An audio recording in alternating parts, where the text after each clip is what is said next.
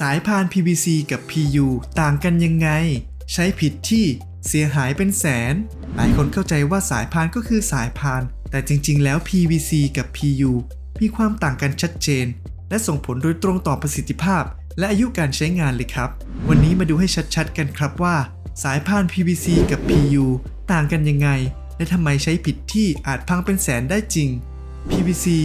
ราคาดีติดตั้งง่ายเหมาะกับงานเบาปานกลางเช่นลำเลียงกล่องถุงของแห้งทนความร้อนและน้ำมันได้น้อยอายุการใช้งานประมาณ 6-12 เดือนขึ้นอยู่กับสภาพการใช้งานข้อดีคือประหยัดซ่อมง่ายหาง่าย PU ตัวท็อปสายโหดใช้ในอาหารยาโรงงานแช่แข็งของเปียกของร้อนทนแรงดึงทนสารเคมีและน้ำมันได้ดีเยี่ยมอายุการใช้งานเฉลี่ย 12-36 เดือนข้อดีคือทนมากไม่ปนเปื้อนปลอดภัยกับอาหารโดยถ้าจะสรุปให้เป็นตารางจะได้ดังนี้